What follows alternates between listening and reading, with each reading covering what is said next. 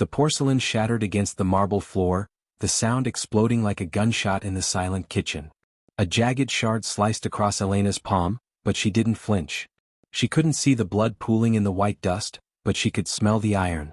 Heavy footsteps vibrated through the floorboards, the rhythmic strike of her Italian leather sole. Then came the heat of a cigarette cherry inches from her face. "You're useless," a voice hissed. It was Marcus, the estate's head of security. He grabbed Elena's hair, pulling her head back until her sightless eyes were forced toward the ceiling.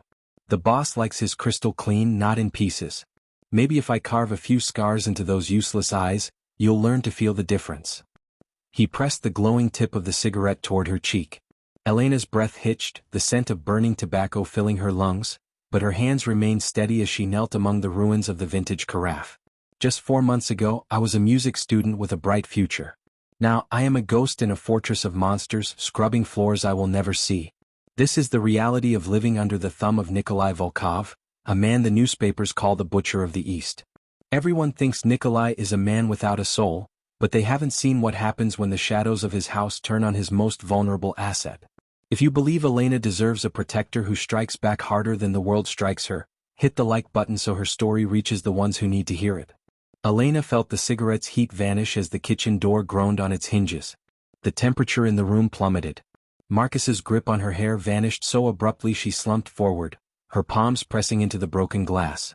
The rhythmic tapping of a cane against the marble began, slow, deliberate, and heavy. Nikolai Volkov didn't speak. "You didn't have to."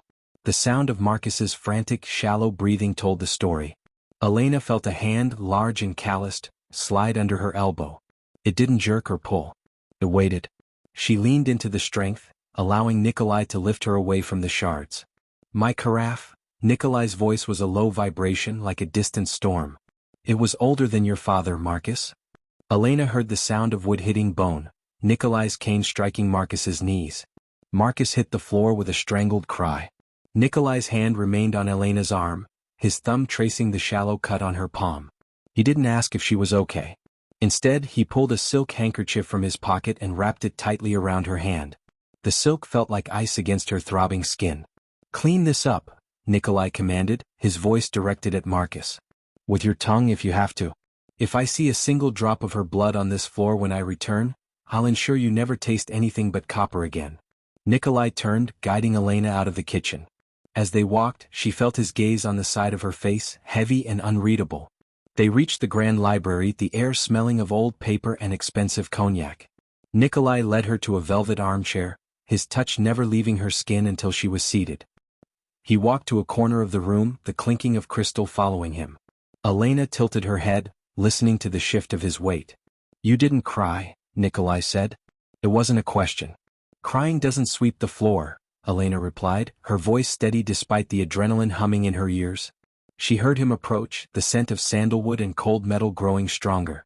He stopped directly in front of her. "Hold out your hands." Elena obeyed, her fingers trembling slightly. She felt him place a heavy, cold object in her palms. It was a handgun. Her fingers traced the slide, the trigger guard, the safety. "Marcus thinks you are a maid," Nikolai whispered, leaning down until his lips were inches from her ear. "I think you are a weapon that simply hasn't been loaded yet." He guided her fingers to the magazine release. "Tonight, the men who took your site are coming to this house to finish the job. You can hide in the cellar or you can show them that even in the dark, you know exactly where their hearts beat." Elena's grip tightened on the cold steel. The front gates of the estate groaned as they were forced open, the sound echoing through the valley. Nikolai didn't move. He waited for her answer. Elena stood up, the weight of the weapon feeling more natural than the broom ever had. The library doors vibrated with the first impact of a battering ram. Nikolai didn't flinch. He simply exhaled a cloud of cigar smoke that Elena could sense drifting past her. He stepped behind her, his chest a solid wall against her back. He placed his hands over hers, adjusting her grip on the pistol. "The human ear is more precise than the eye, Elena. Listen to the floorboards. The third plank from the door squeaks. The chandelier above the foyer hums at a low frequency. Use them." The doors splintered. 3 men burst in, their heavy boots thudding against the Persian rug. Elena didn't see them, but she heard the rustle of tactical gear and the click of safeties being disengaged. "Volkov!" A voice roared, dripping with a thick, jagged accent. Give us the girl and maybe we leave you enough skin to cover your bones. Nikolai didn't answer. He simply stepped to the side, leaving Elena standing alone in the center of the room. One of the men laughed, a wet, mocking sound. You're shielding yourself with a blind girl? You've gone soft, Nikolai. The man stepped forward. Squeak. The third plank. Elena pivoted toward the sound, the weight of the gun an extension of her arm. She didn't think, she felt the vibration of his breath.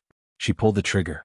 The roar of the gunshot deafened the room for a heartbeat, followed by the heavy, wet thud of a body hitting the floor. Silence followed, thick and suffocating. Then the remaining two men opened fire. Nikolai tackled Elena to the ground, the sound of bullets shredding the velvet armchairs and shattering the cognac decanters overhead.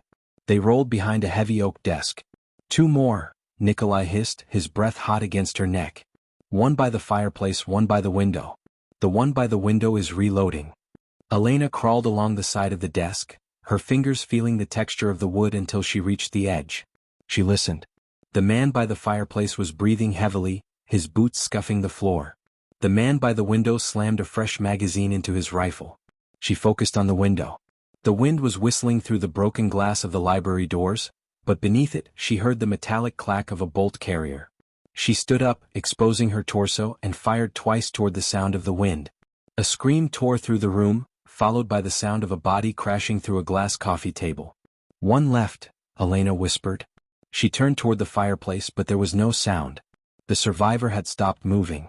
He was waiting. Nikolai's hand found hers, guiding her gun toward the center of the room. He's gone for the light switch, Nikolai whispered. The room fell into absolute darkness. Elena felt Nikolai's grip relax. For the first time she was the only one in the room who wasn't blind.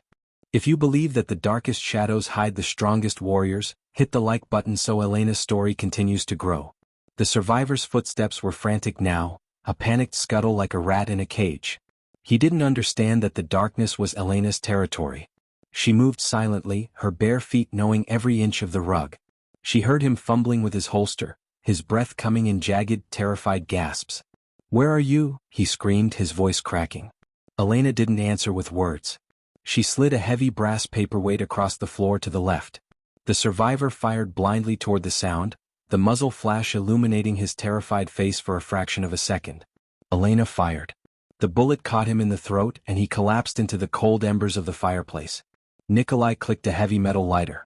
The flame flickered, casting long, dancing shadows against the walls. He looked at the three bodies, then at Elena. Her white apron was splattered with crimson, and her hand was still wrapped in his silk handkerchief. He approached her, taking the gun from her hands. "You missed one," he said quietly. Elena froze. She listened, but the house was silent. "Marcus," Nikolai said. He was the one who let them in. "He's in the courtyard, waiting for his payout." Nikolai led her to the balcony. The night air was biting, smelling of pine and cordite. Below, Marcus stood by a black sedan, his eyes darting toward the house. Nikolai handed the gun back to Elena. "He mocked your darkness. Now give him yours." Elena leaned against the stone railing. She couldn't see Marcus but she could hear the idling engine of the car. She knew the distance. She remembered the sound of his leather soles. She waited for him to speak. "Is it done?" Marcus called out, his voice trembling. Elena followed the sound. She fired once. Marcus dived for cover, his scream echoing through the courtyard. "Volkov, please. I was forced." Elena fired again, the bullet ricocheting off the car's frame. She didn't want to kill him yet. She wanted him to feel the walls closing in. She fired a third time, the bullet grazing Marcus's ear. He was sobbing now, a pathetic, broken sound. Nikolai stood behind her, his hands on her shoulders. "Finish it," he whispered. Elena took a deep breath, focusing on the rhythmic thumping of Marcus's heart, projected through the terrified whimpers of his voice. She squeezed the trigger. Marcus went silent. The only sound left was the wind and the idling engine of the car. Nikolai pulled her back into the room, his touch lingering on her shoulders. "The men who sent them, they won't stop. They think you are a weakness. We have to show them you are the throne." The next morning, the estate was a hive of silent activity. Cleaners moved through the library, removing the blood-soaked rugs and replacing the shattered glass. Nikolai sat at his desk, a map spread out before him. He didn't look at it. He stared at Elena, who was standing by the window, her hand tracing the frost on the glass. "They are coming for the docks tonight," Nikolai said. My entire shipment of armaments is there. If they take it, I am a king without a sword. And they know I will bring you. Elena turned. Then let them see me. They arrived at the docks at midnight. The air was thick with the scent of salt and rotting fish. Massive shipping containers loomed like steel giants in the mist. Nikolai led her into a warehouse, his boots echoing against the corrugated metal. Stay in the shadows, he commanded. They have thermal optics. But thermals can't see through the steam pipes. He opened a valve and the room filled with a thick, white hiss of heat. Elena moved through the fog, her ears picking up the hum of the warehouse lights. A group of 6 men entered. They moved with military precision, their footsteps synchronized. But Elena heard the slight drag of a wounded leg on the leader. It was Victor, Nikolai's oldest rival. Volkov. Victor shouted. I know you're in the steam. You and the girl. Come out and I'll make it quick. Nikolai fired a shot from the rafters, drawing their attention upward. As the men turned their rifles toward the ceiling, Elena moved. She was a ghost in the mist. She reached the first man and drove a surgical scalpel into the gap in his body armor. He went down without a sound. One by one, the men began to vanish into the steam. Victor's voice grew more high-pitched, more desperate. Where are they? Open fire. Fire at everything. The warehouse erupted in a hail of bullets, but Elena was already gone, tucked behind a heavy steel pillar. She heard Nikolai's voice from the intercom system. You're fighting a shadow, Victor. And the shadow is hungry. Elena stepped out of the steam directly behind Victor. She felt the heat of his body. She pressed the muzzle of the pistol to the base of his skull. Nikolai sends his regards, she whispered. Victor froze. You can't see me. Elena leaned in closer. I don't need to see you to know you're trembling. She pulled the trigger. The warehouse fell silent. Nikolai stepped out of the mist, his cane clicking against the concrete. He walked to her, taking her hand. It's over, he said. But Elena felt his grip tighten. For now. As they walked back to the car, Elena heard a faint rhythmic clicking from the shadows, the sound of a camera shutter. Someone was watching. Someone who didn't care about the docks. If you believe that the most dangerous enemies are the ones who watch from the light, hit the like button so Elena knows she's being followed. The car ride back to the estate was silent, but the air was charged with a new kind of tension. Nikolai's hand remained over Elena's, his thumb rubbing the silk handkerchief still wrapped around her palm. The camera, Elena said suddenly. Nikolai stiffened. I heard it. Above the steam. A mechanical shutter. High-end. Nikolai cursed under his breath. The syndicate. They don't care about the shipment. They wanted proof that you are my primary asset. They want to see if the rumors of the blind wraith are true. When they arrived at the estate, Nikolai didn't take her to the library. He led her down a spiral staircase she had never noticed before, down into the bedrock beneath the house. The air was cold and smelled of ozone. This is the nerve center, Nikolai explained. Everything in this house is recorded, analyzed and guarded by AI. But AI can be hacked. Your ears cannot. He sat her down in front of a massive console. He placed a pair of high-fidelity headphones over her ears. Listen. These are the perimeter sensors. Tell me what you hear. Elena closed her eyes. The soundscape was a chaotic mess of bird calls, wind, and the hum of the electric fence. But beneath it she heard a rhythmic, subaudible pulse. Thump thump. Thump thump.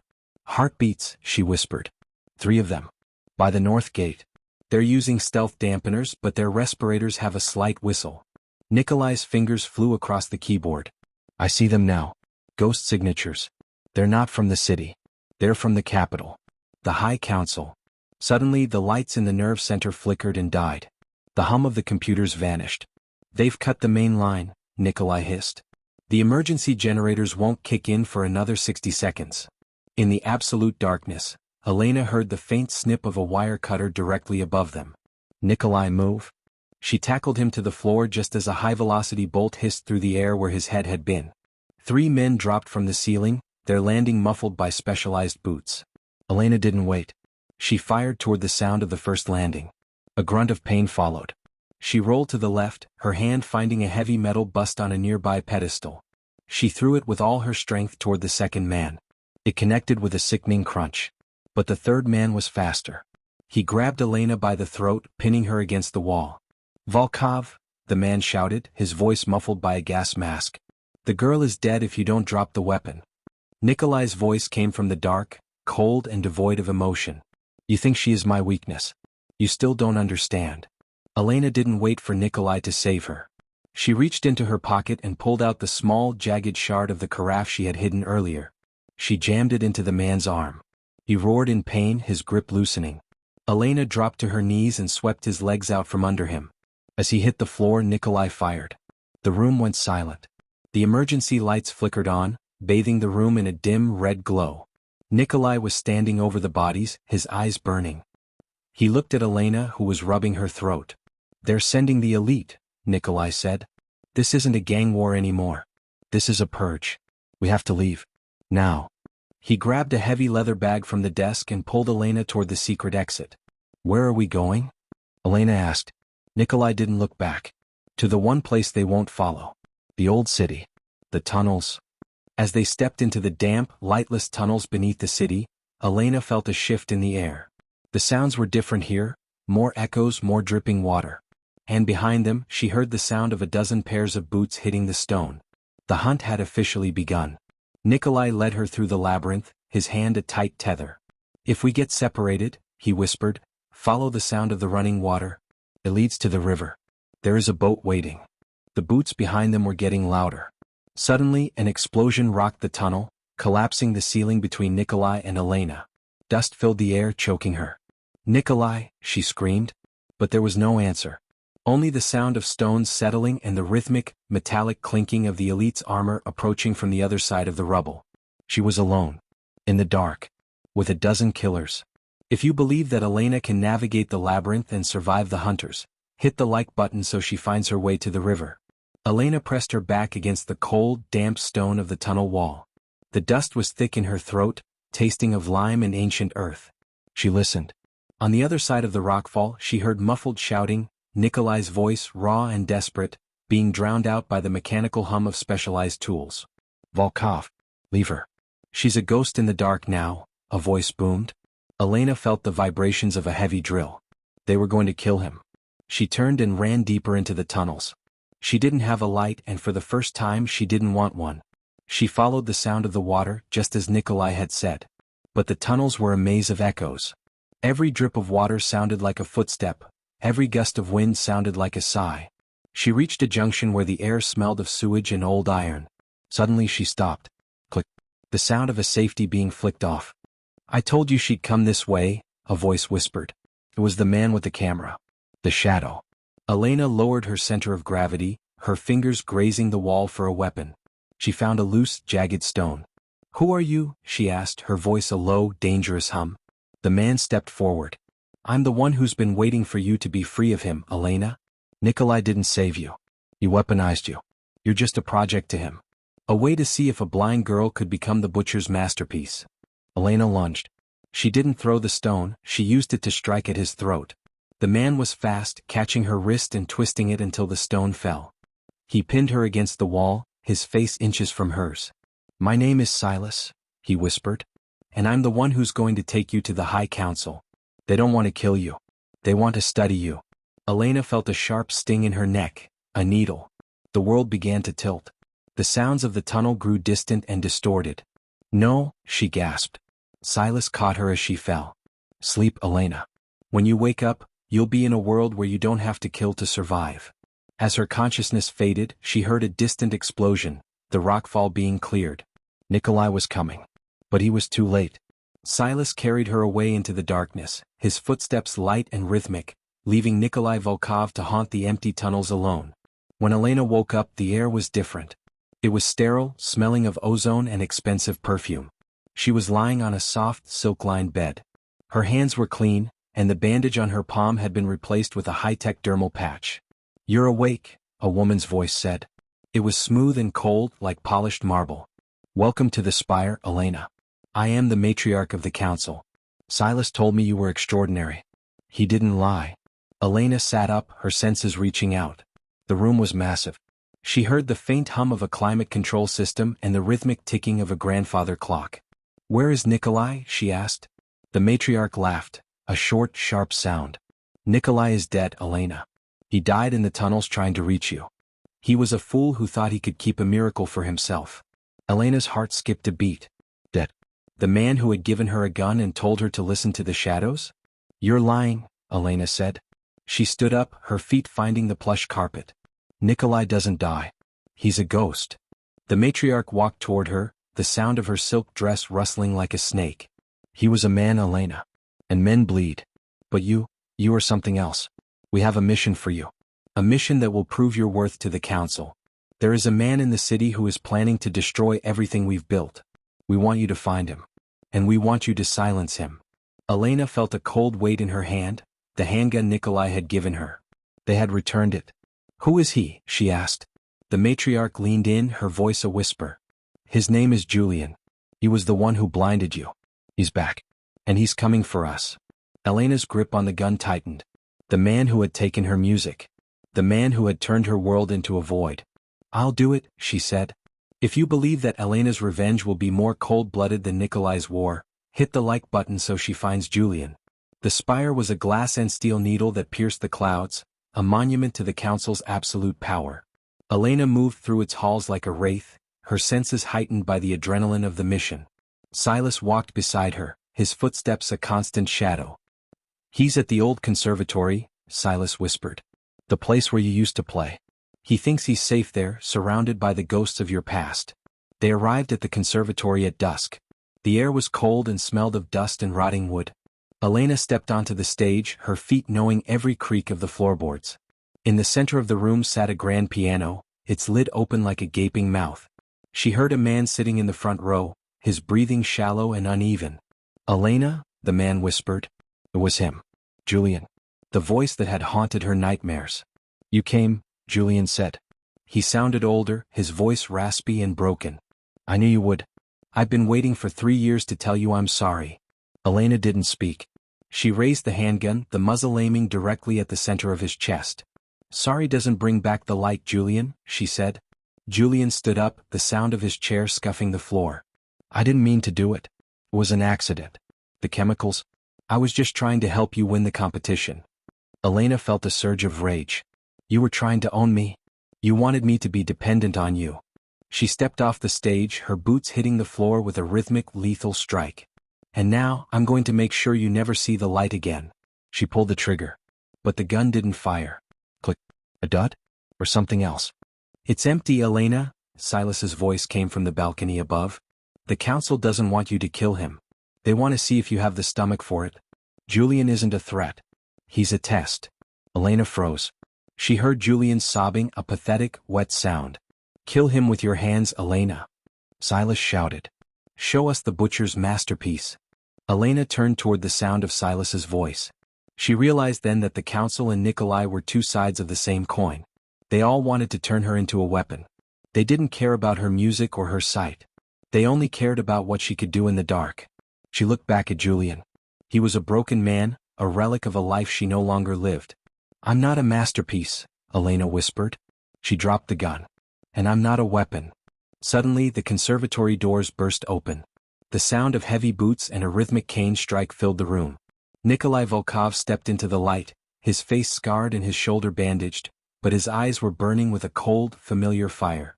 She's mine, Nikolai roared. Silas dived from the balcony, a knife in his hand. The room erupted in a chaotic brawl, Nikolai and Silas locked in a deadly dance of steel and bone. Elena stood in the center, the sounds of the fight swirling around her. She heard the rustle of Silas's tactical gear and the heavy thud of Nikolai's cane. She realized then that Nikolai hadn't died in the tunnels. He had followed her. He had let her go so she could find the truth for herself. She heard Nikolai gasp in pain as Silas's knife found its mark. Elena. The gun. Under the piano. Nikolai shouted. Elena dived for the piano, her fingers finding a second weapon taped to the underside of the keyboard. This one was loaded. She pivoted toward the sound of the struggle. Silas was over Nikolai, the knife at his throat. Elena didn't hesitate. She fired once, twice, 3 times. Silas slumped over, his body hitting the floor with a heavy thud. Silence followed. Nikolai sat up, coughing blood, but he was alive. He looked at Elena, then at the gun in her hand. You did it, he whispered. Elena walked to him, taking his hand. No, Nikolai. I did it for me. She led him out of the conservatory, leaving Julian and Silas to the shadows. As they stepped into the night air, Elena heard a new sound, the faint, distant melody of a violin. It was beautiful. And for the first time in 3 years she didn't just hear it. She felt it. "Where are we going?" Nikolai asked. Elena looked toward the city, her head held high. "To the river. And then, anywhere the shadows don't follow." If you believe that Elena finally found her true music in the dark, hit the like button so her story reaches the light. The morning mist was a soft, damp blanket over the river. The boat hummed with a low, rhythmic vibration as it cut through the gray water. Nikolai sat at the stern, his cane resting across his knees, his eyes fixed on the horizon. He looked older, the lines on his face etched with the weight of the war he had fought. Elena stood at the bow, the wind whipping through her hair, her sightless eyes turned toward the rising sun. "It's over," Nikolai said. He walked to her, his hand finding hers. "The council is in ruins.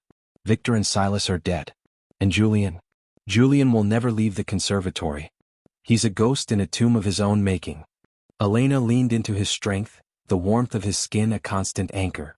"But the syndicate, they will still be looking for the miracle." Nikolai pulled a small silver locket from his pocket. He placed it in her hand. "This is the key to a safe house in the north. It's a mountain village where the only sounds are the wind and the bells. No one will find us there." Elena opened the locket, her fingers tracing the delicate engravings. "And the music?" Nikolai smiled, a real smile for the first time. "I brought the piano. It's in the hold." Elena felt a surge of triumph, a melody rising in her chest that drowned out the echoes of the gunshots and the screams. She realized then that Nikolai hadn't just saved her from the street. He had saved her from herself. He had shown her that her darkness wasn't a prison but a canvas. And on that canvas she could paint anything she wanted.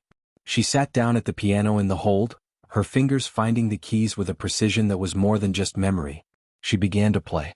The music was dark and powerful, filled with the shadows of the tunnels and the fire of the conservatory. But beneath it was a thread of hope, a golden melody that soared above the river and the mist. Nikolai stood in the doorway listening. He realized then that Elena was no longer his project or his masterpiece. She was her own creator. And as the boat carried them toward the mountains, the music followed them, a defiant, beautiful sound that proved that even in the absolute dark, there is a light that never goes out. Elena stopped playing, her hands resting on the keys. She turned her head toward the door. "Nikolai?" He walked to her, sitting on the bench beside her. "I'm here, Elena." She leaned her head against his shoulder. "Thank you for showing me how to listen." Nikolai kissed her forehead. "Thank you, Elena, for showing me how to feel." As the sun broke through the clouds, bathing the river in a brilliant, blinding white, Elena and Nikolai drifted toward their new life. The war was done. The throne was empty. And the music was just beginning. If this story broke your heart and then mended it with the sound of the dark, hit the like button so more people hear Elena's song. Emotional payoff. The final scene fades to a quiet, snowy mountain village. The sound of a piano drifts through the air, mixing with the chime of church bells. Elena is sitting at the window, her hand in Nikolai's. They are finally free. The shadows are gone, replaced by the peace they fought so hard to find. It is a triumph of the spirit over the darkness, a reminder that the most powerful weapon is not a gun, but the courage to be ourselves. The mountain air didn't smell like the city. It didn't smell like rust, ozone, or old blood. It smelled of frozen pine and nothingness. Elena stood on the stone balcony of the villa, her fingers tracing the frost-heavy railing. Below her, the village of St. Moritz was a collection of muffled sounds, the rhythmic clack-clack of horse-drawn sleds and the distant, melodic tolling of a chapel bell. But inside the villa, the silence was heavy. Nikolai was in the room behind her, the rhythmic thump-drag of his cane against the hardwood floors telling her he was pacing again. He hadn't slept in 3 days. "The wind is changing, Elena," Nikolai said, his voice a gravelly rasp. He stepped out onto the balcony, the heat from his body radiating against her back. He placed a heavy fur cloak around her shoulders, his hands lingering on her collarbones. "It's too quiet. The village elders say the mountain pass hasn't been this still since the winter of the Great Purge." Elena turned, her sightless eyes searching for his face in the biting cold. "You didn't bring me here to hide, Nikolai. You brought me here because this is a fortress. Who is coming?" Nikolai didn't answer with words. He took her hand and guided it to the stone wall beside the door. He pressed her fingers against a small, cold metal plate. "Listen," he whispered. Elena leaned her ear against the stone. Beneath the surface she heard a vibration, a deep, mechanical hum that sounded like a giant heartbeat. The sensors, she breathed. They're picking up something large. Nikolai's grip tightened. 3 armored transports. They didn't come through the pass. They came through the old mining tunnels. The High Council didn't die with the matriarch, Elena. They just grew a new head. Suddenly the chapel bell stopped mid-toll. The silence that followed was absolute, a void that made Elena's ears ring. Then came a sound that made her blood turn to ice, the rhythmic, synchronized whir of drone blades. Hundreds of them. Inside. Now. Nikolai roared. He tackled her through the glass doors just as a swarm of explosive drones shattered the balcony, the explosion throwing shards of stone and ice across the room. The villa's lights died instantly. The darkness returned, but this time, it was filled with the smell of sulfur and the high-pitched whine of electronic jamming. Elena rolled onto her stomach, her hands finding the cold steel of the piano leg. She crawled toward the center of the room, her ears tuning out the ringing to find the heartbeat of the house. "Nikolai," she hissed. She heard him grunting, the sound of heavy furniture being overturned. "I'm here," he rasped from the far corner. "They're using thermal imaging through the walls. Don't stand up. Stay below the radiator line." Elena felt the heat of the floor vents. She realized then that the spire hadn't been the end. It was just the recruitment phase. The council didn't want a maid or a weapon. They wanted a blueprint for a blind army. If you believe that Elena's survival is the only thing standing between the world and a legion of sightless killers, hit the like button so her light never fades. The front doors of the villa vanished in a pressurized blast. Elena didn't wait for Nikolai's command. She slid across the floor, her fingers finding the hidden compartment in the piano bench. She pulled out 2 specialized flashbangs. "Nikolai, seal your ears," she screamed. She pulled the pins and rolled them toward the door. The explosion wasn't just light. It was a frequency-modulated sonic pulse designed to scramble the internal gyroscopes of the drones. The whining stopped. The mechanical thuds of falling plastic followed. "Move to the cellar," Nikolai shouted. He grabbed her arm, his pace frantic. They reached the hidden hatch beneath the rug, but as Nikolai reached for the handle, a red laser dot danced across Elena's white nightgown. She felt the vibration of a suppressed rifle shot. Thwip. The bullet sparked off the metal handle. "They're in the rafters." Elena pulled Nikolai back, her ears tracking the subtle shift of weight in the wooden beams above. 3 o'clock. 12 feet up. She fired her pistol blindly toward the sound. A heavy body crashed through the ceiling, landing on the dining table with a wet thud. They dived into the cellar, the heavy iron door slamming shut behind them. The air here was damp and smelled of aged wine. Nikolai leaned against the door, his breathing jagged. "They're not using the elite," he whispered. "These are the Nephilim. They've had their optic nerves severed and replaced with the same technology we used at the docks. Elena, they can hear your heartbeat from 50 yards. Elena felt a cold calm settle over her. She stripped off the fur cloak, standing in the dark with nothing but her weapon and her senses. "Then let them come," Elena said, her voice a low, lethal melody. "In this cellar there is no thermal. There is no tech. There is only the echo. And I am the one who owns the echo."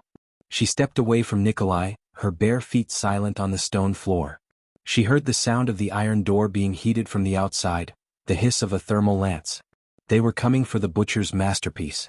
But the masterpiece was finally ready to paint the room red. The iron door began to glow. Even without sight, Elena could feel the radiant heat pulsating through the cellar, a searing orange ghost in her mind. The smell of melting metal filled the cramped space, mixing with the scent of damp earth and Nikolai's sweat. Nikolai stood by the wine racks, his hands steady on a submachine gun.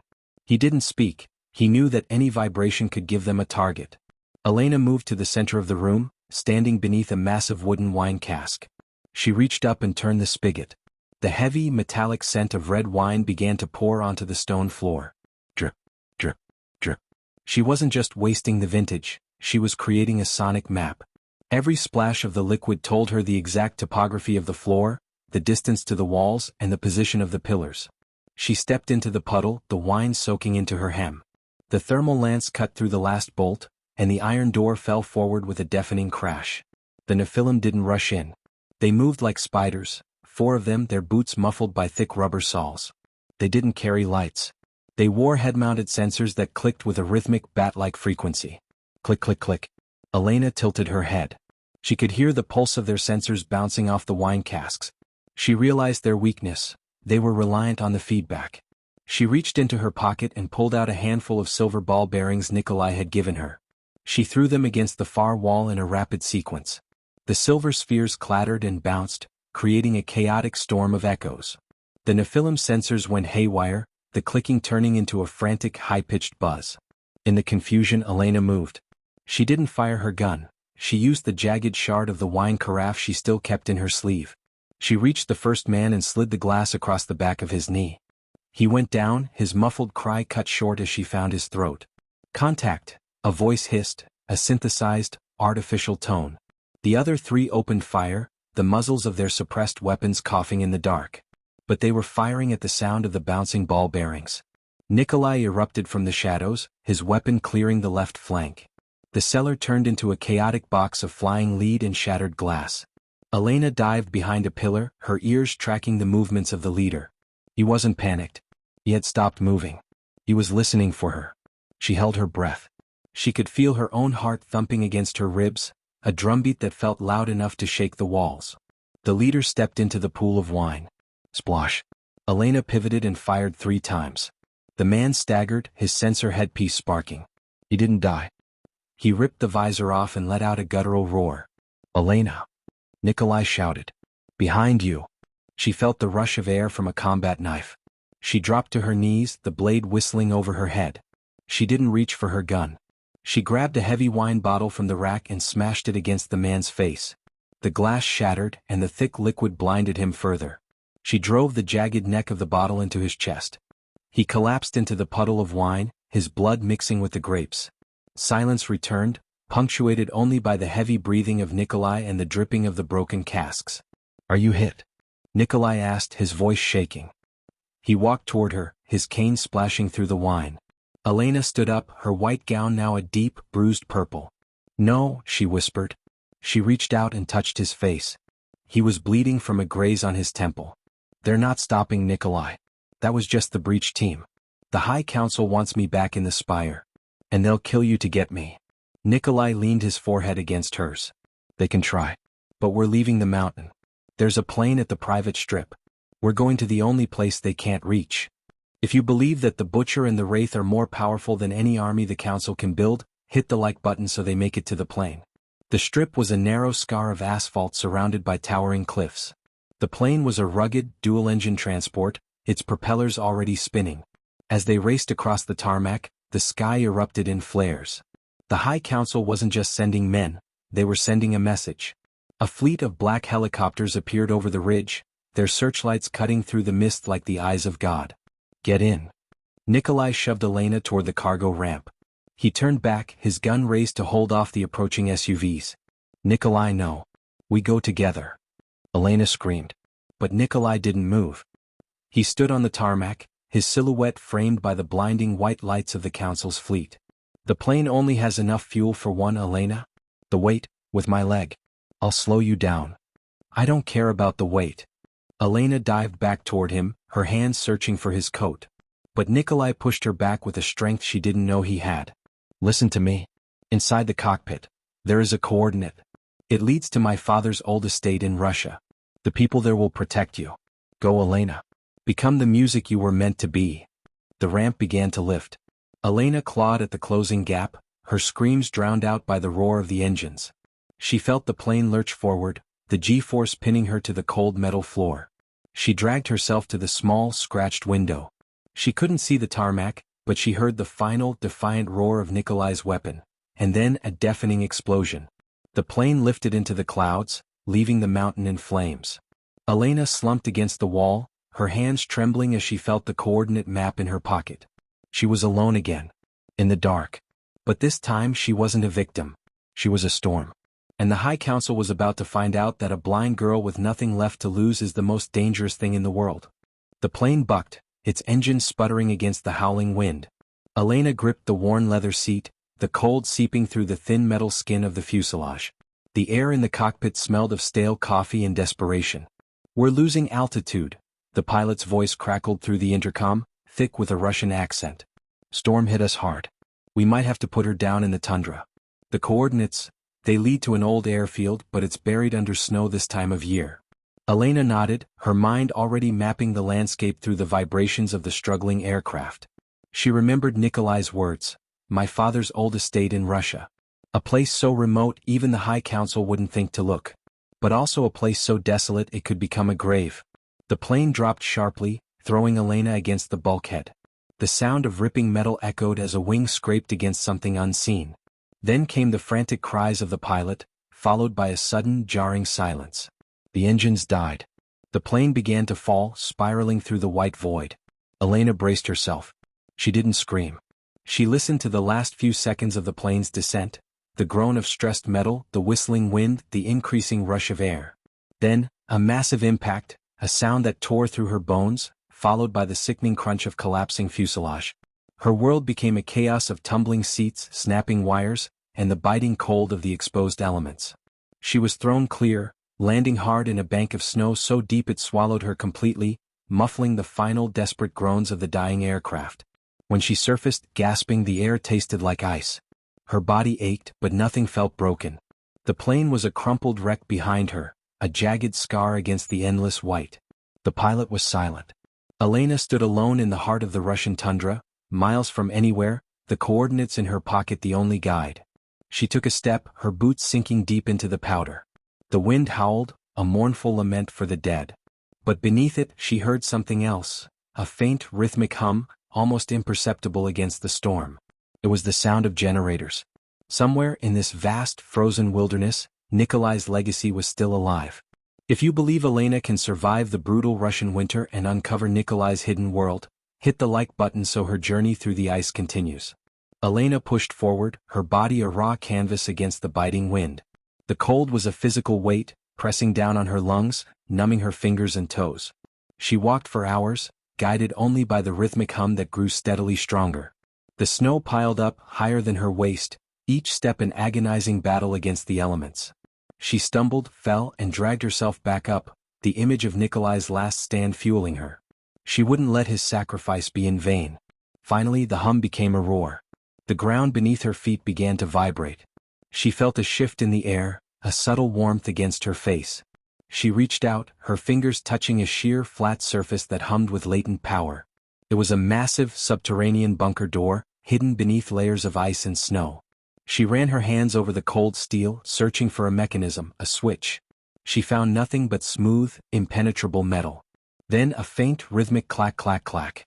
Not a drone but a much older sound. Heavy metal treads. The ground began to shake.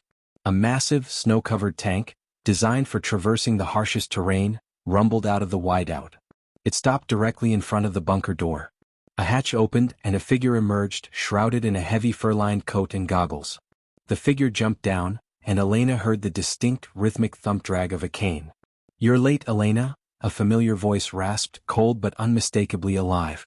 "Nikolai Volkov." Elena froze, her blood turning to ice. She hadn't heard an explosion. She had heard the sound of a tactical retreat. Nikolai had abandoned her on the plane. He had sacrificed the pilot. And he had come to his own fortress, knowing she would follow. "You left me," Elena said, her voice a low, dangerous hum that barely cut through the wind. Nikolai walked toward her, his cane leaving distinct marks in the fresh snow. "I gave you a choice, Elena. A choice between dying with me or living to become what you were meant to be. And you chose to live. Now step inside. The real war begins here." The massive bunker door groaned open, revealing a cavernous, brightly lit interior, a stark contrast to the frozen wasteland. Elena felt the warmth of the generated air, but it did nothing to thaw the ice around her heart. The bunker was a city beneath the ice, a sprawling network of laboratories, armories, and living quarters. The air smelled of burnt oil, advanced electronics, and the faint, sweet tang of old tea. Nikolai led Elena through a maze of sterile corridors, the metallic click of his cane echoing against the polished concrete. He didn't offer an explanation for his survival. He simply moved with the chilling efficiency of a man who had planned every contingency. Elena walked beside him, her senses processing every detail. The hum of the ventilation system, the distant clang of metal on metal, the low murmur of unseen voices. This wasn't just an estate, it was an underground empire. They reached a central command center, a massive, glass-walled room overlooking a vast armory filled with silent, lethal machines. 3 figures stood at a holographic table, their faces grim. The council believes Nikolai Volkov is dead, one of them said, a woman with a severe braid and a military uniform. They have seized his assets, divided his territories. They believe they have won. Nikolai's cane slammed against the floor, a sharp, resonant crack that silenced the room. They are fools, he roared. They have only awakened the dragon. He gestured toward Elena. This is Elena. She will lead the vanguard. She is the ghost's heir. The woman, General Anya Petrova, turned toward Elena, her eyes, cold and analytical, sweeping over her. She is blind, Nikolai. The Nephilim cannot be defeated by a maid who fires blindly. Elena didn't wait for Nikolai to defend her. She walked to the holographic table and slammed her fist down. I am not blind, General. I see a battlefield where you see only a map. I hear the pulse of the enemy's network, the tremor of their drones, the fear in their hearts. I defeated the Nephilim in a dark cellar. I can defeat them here. General Petrova's expression remained unreadable, but a flicker of something, surprise? Interest? Crossed her face. Nikolai placed a hand on Elena's shoulder. The council believes they have eliminated the only person who understood your father's software. But they didn't know he built a failsafe. A back door accessible only through the signet ring. Elena has the ring. And she has the ability to see what no one else can. He turned to the other two men, both grizzled veterans of his underground war. Prepare the network. Elena will dismantle their defenses from the inside out. But first she needs to be trained. Not in combat but in the art of the ghost. If you believe Elena can outsmart an entire High Council using nothing but her senses and Nikolai's hidden network, hit the like button so her rise to power is undeniable. The training was brutal. Elena spent weeks in a sensory deprivation chamber, learning to navigate complex digital landscapes using only auditory cues and vibrations. Nikolai pushed her relentlessly. He would hack into council networks, throwing a barrage of data at her, forcing her to identify encrypted firewalls, locate hidden servers and disarm virtual traps, all without a single visual input. Her fingers danced across a specialized haptic interface, feeling the digital pulses, the data streams, the subtle shifts in frequency that signaled an intrusion. They have infiltrated the old data farm outside Berlin. Nikolai's voice crackled through her headphones, devoid of emotion. Anya's team is on the ground, but they can't breach the outer firewall. You have 5 minutes to give them access. 3 layers of encryption. 2 biometric locks. 1 honeypot trap. Elena closed her eyes, her mind a maelstrom of digital noise. She heard the distinct rhythmic pulse of the main server, a low, steady thrum. She felt the subtle tremor of the biometric locks like a heartbeat. She began to work, her breath coming in shallow gasps. The clock in her mind ticked down. 4 minutes. She bypassed the first encryption layer, the digital static clearing slightly. 3 minutes. The biometric locks were a challenge, requiring her to replicate the unique frequency of a specific fingerprint. She remembered the faint tremor in Julian's hand when he had tossed her the $20 bill. She replicated the pattern, a subtle ping signaling success. 2 minutes. The honeypot trap. It was a fake server designed to lure intruders into a digital dead end. Elena smelled the digital lure, a faint, almost imperceptible scent of old data, like stale air. She rerouted the access point, creating a direct path to the data farm. Access granted, Elena whispered, her voice hoarse. Anya's voice came through the comms, cold and professional. We're in. Data streaming. She's good, Nikolai. She's very good. Nikolai simply grunted. He removed Elena's headphones, the sudden silence of the chamber a stark contrast to the digital symphony she had just navigated. You are ready, he said. The council believes you are a liability. We will show them you are the weapon they should have feared the most. The holographic map in the command center shimmered with pulsating red lights, each a council stronghold. Nikolai's finger traced a jagged line across the digital landscape. Their main data hub is in a fortified bunker beneath the Kremlin, impervious to physical attack. Their entire network runs through it. Elena walked to the table, her hands hovering over the holographic projection. But their network has a heartbeat, she murmured. And I can stop it. General Petrova stood by the side, her arms crossed, her eyes still analytical. How? They have triple redundant firewalls, quantum encryption, and an AI defense that adapts to every intrusion. Elena smiled, a cold, predatory curve of her lips. AI adapts to what it sees. It adapts to patterns, to logic. But I don't follow logic. I follow the echo. I found a hidden backdoor in their oldest files. A relic from the Cold War. A frequency anomaly in their power grid, disguised as a harmless harmonic hum. It's like a secret language and only I can speak it. Nikolai looked at her, a glint of something akin to awe in his eyes. You will not go alone, he said. Anya will lead a ground team. A diversion. The ground team, a dozen of Nikolai's most hardened operatives, moved like ghosts through the frozen streets of Moscow. Anya led them, her breath misting in the brutal cold. Their mission: to cause enough chaos to draw the council's security away from the main hub, while Elena launched her silent war from the tundra. Elena sat in the nerve center, her fingers hovering over the specialized interface. Ready, she whispered. Initiating sequence. She felt the tremor of the power grid, a vast, pulsing beast beneath the city. She honed in on the harmonic hum, the secret language Nikolai's father had hidden decades ago.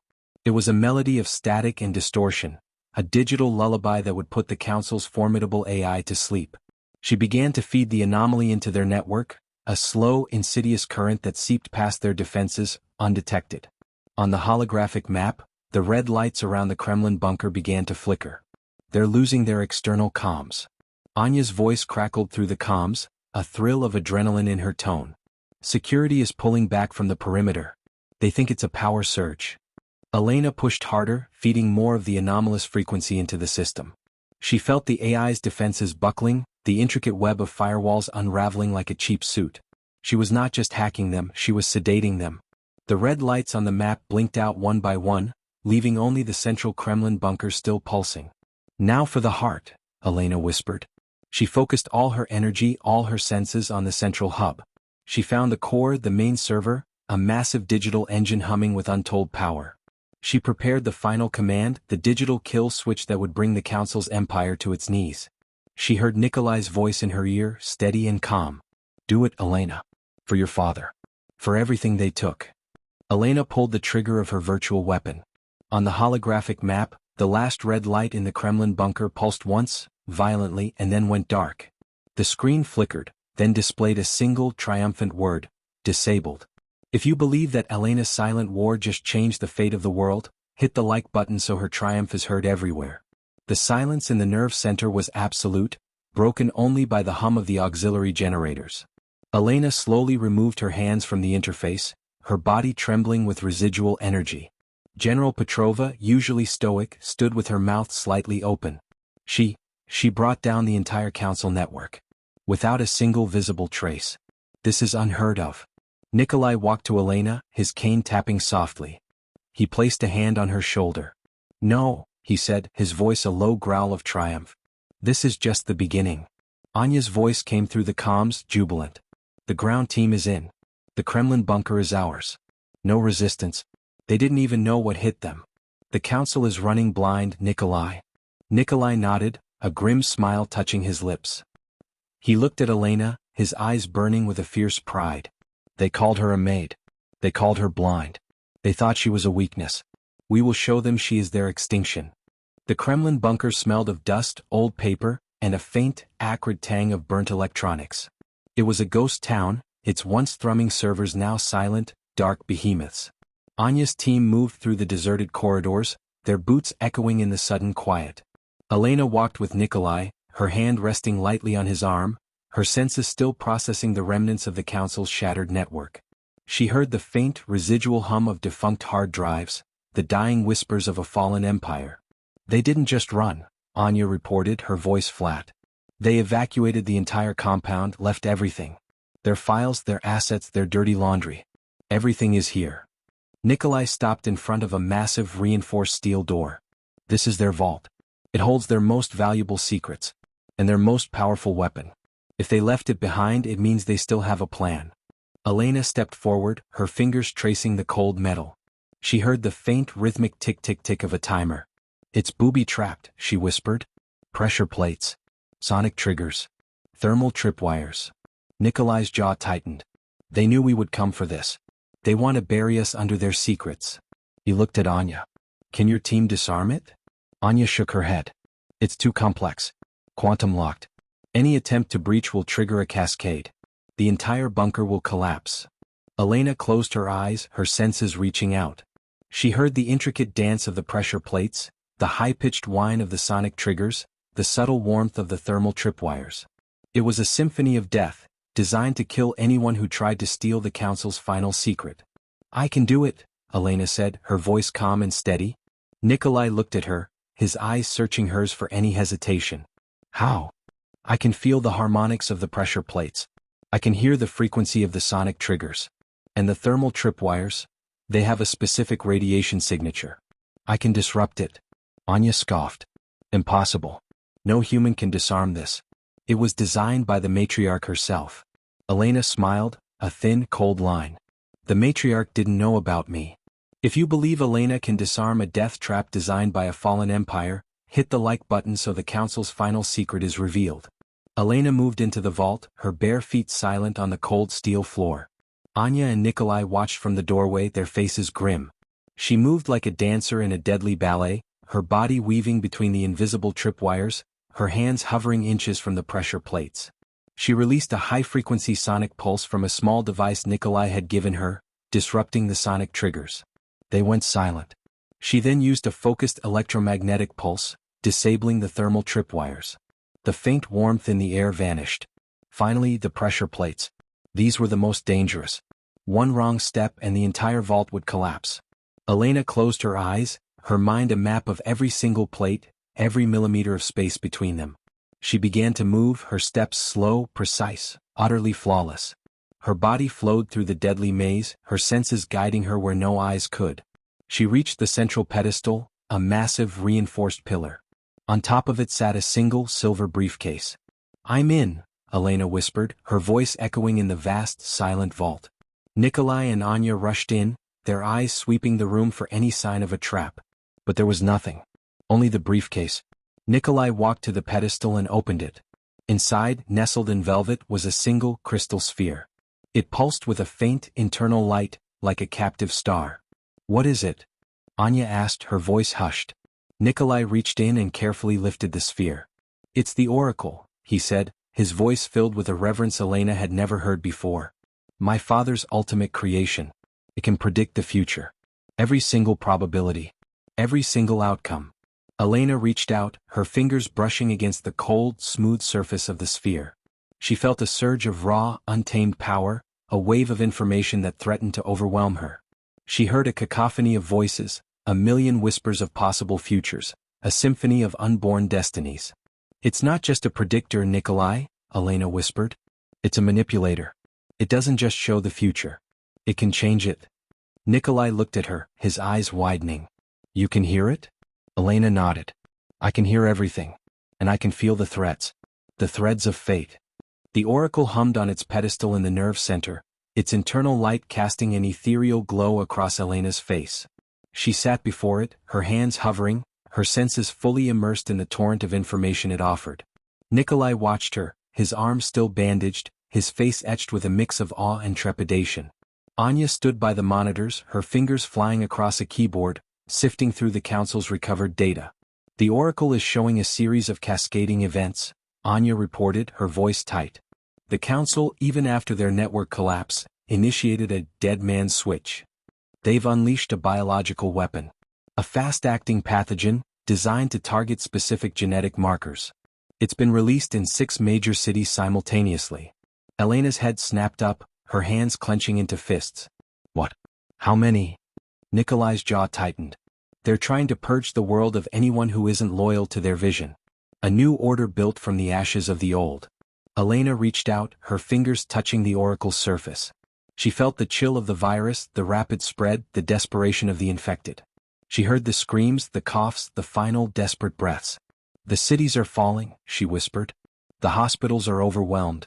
They will die before anyone understands what hit them.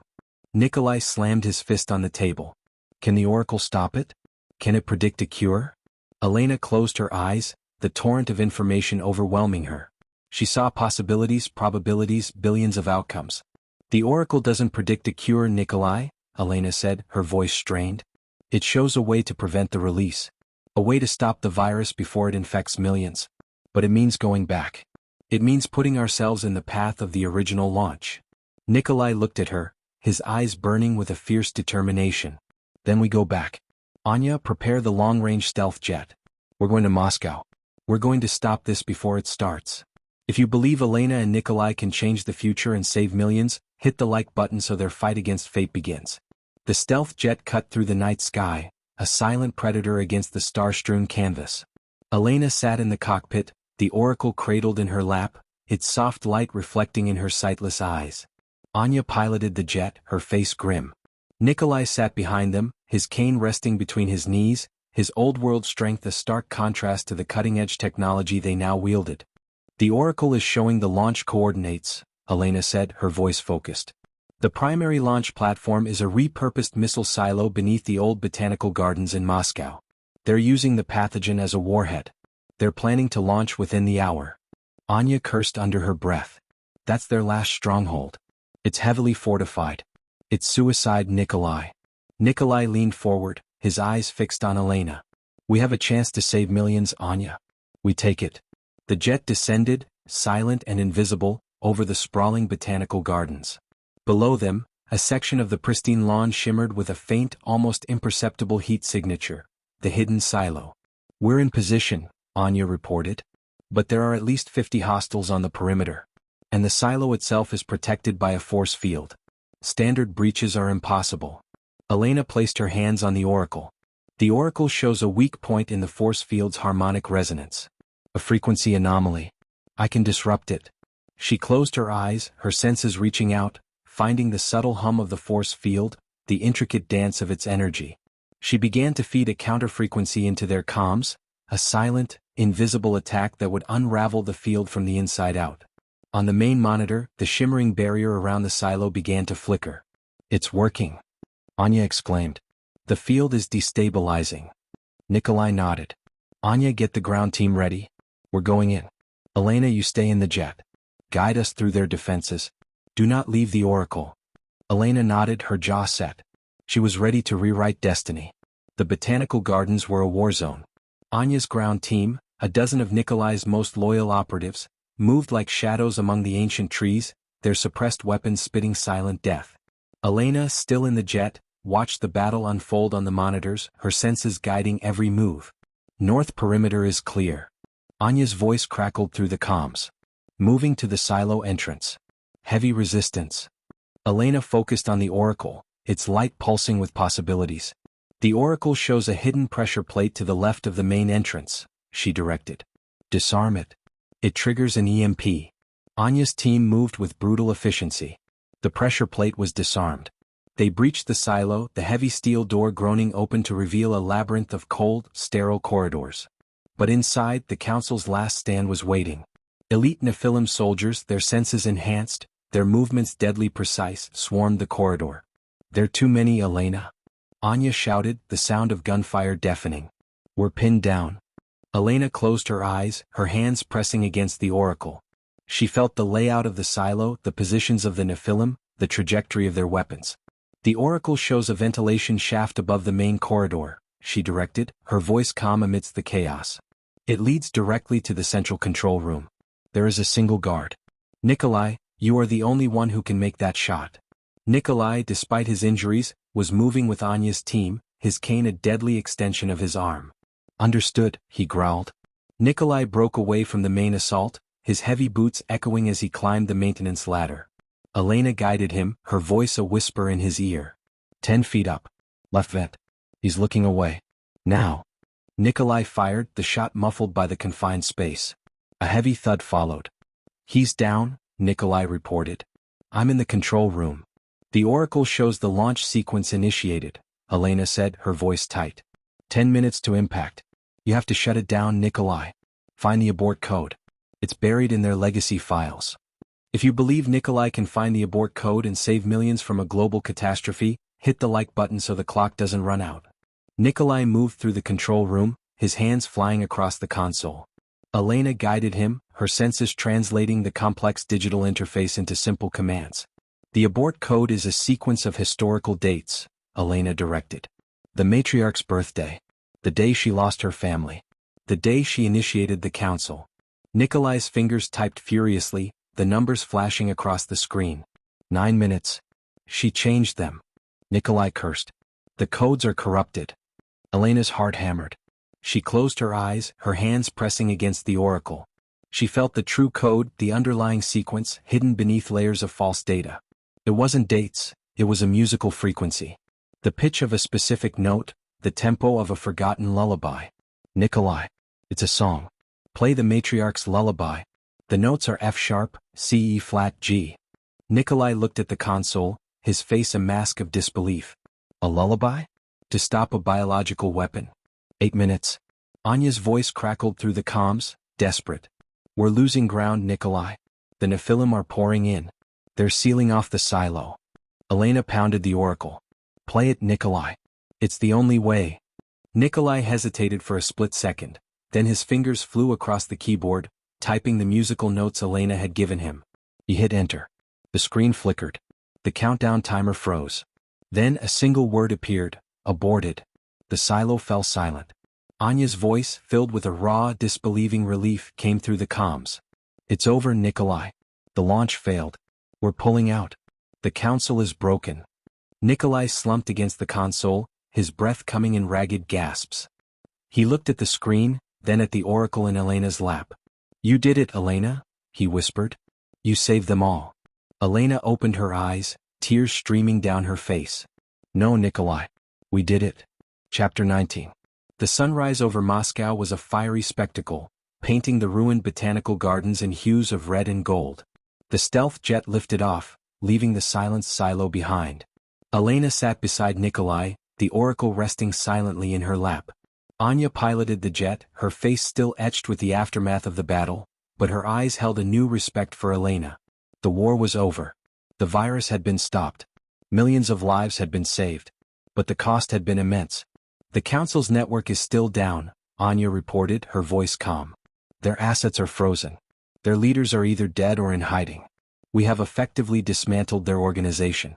But the global reach, it will take years to fully eradicate their cells. Nikolai nodded, his gaze fixed on the horizon. We bought the world time, Anya. Now it's up to them to rebuild. He looked at Elena, a faint smile touching his lips. And you, Elena. You are no longer just the ghost's heir. You are the architect of a new world. Elena closed her eyes, feeling the warmth of the sun on her face. She reached out, her fingers touching Nikolai's. What now? She whispered. Nikolai squeezed her hand. Now we go home. To the tundra. To the silent mountains. And we build our own empire. An empire built on music, not on blood. He looked at Anya. Set a course for the northern lights. It's time to rest. Anya nodded, her fingers flying across the controls. The jet turned north, leaving the burning chaos of Moscow behind. If you believe Elena and Nikolai deserve a world of peace after saving it from destruction, hit the like button so their journey to the silent mountains is eternal. The tundra was a vast, unforgiving canvas of white and blue. The bunker, Nikolai's hidden fortress, now felt like a sanctuary. Elena sat at the grand piano in the music room, her fingers dancing across the keys. The melody was haunting, powerful, filled with the echoes of the battles she had fought and the lives she had saved. Nikolai sat in his armchair, listening, his eyes closed, a rare look of peace on his face. He was no longer the butcher. He was just a man listening to the music of his soul. Anya walked into the room, her footsteps soft. She held a small silver locket in her hand. The matriarch's locket, she said, her voice hushed. We found it in the Kremlin bunker. It contains a single photograph. She handed it to Elena. Elena's fingers traced the cold metal. She opened it. Inside, nestled in velvet, was a small, faded photograph. It showed a young woman, smiling, holding a baby. The woman looked strikingly like Elena. Who is she? Elena whispered. Nikolai opened his eyes. That was my sister, Elena. Your mother. The matriarch's daughter. She defied the council, fell in love with a musician and ran away. They never forgave her. Elena looked at the photograph, her heart aching with a truth she had never known. Her mother had been part of this world. Her blindness, her gift for sound, her very existence, it was all a legacy. The snow fell softly outside the villa, painting the world in shades of silent white. Elena sat by the fireplace, the matriarch's locket clutched in her hand. Nikolai sat opposite her, his face illuminated by the flickering flames. Your mother was a ghost, Elena, Nikolai said, his voice low. She used her blindness as a shield. She saw the future just like you through her music. But she ran from it. She wanted a normal life, away from the council's wars. She found your father and she found peace. Elena traced the faded image of her mother's smile. And my father? Did he know? Nikolai nodded. He knew. He loved her fiercely. He kept her secrets.